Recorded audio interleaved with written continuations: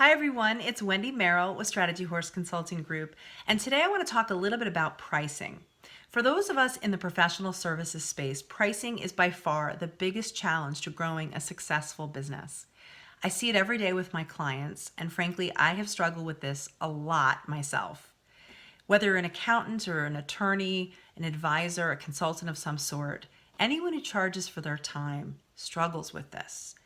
Why? Because we're selling our brains. I mean, how do you put a number on that, right? It really preys on our maybe fragile egos and our insecurities when we're asking someone else to put a dollar amount on what our advice is worth. We have to stop thinking this way. The easiest way to figure out appropriate pricing for your business is to think about and quantify the value of whatever the projected outcome is of our work with our clients. In other words, how will your role in the process help your client grow their business, help them make money, help their nonprofit reach more people, help them to be more impactful? That's the key to coming up with pricing. And whenever I've suggested to my clients that maybe they're not charging enough and they should bump their pricing up a little bit, at first they're terrified. But then they try it.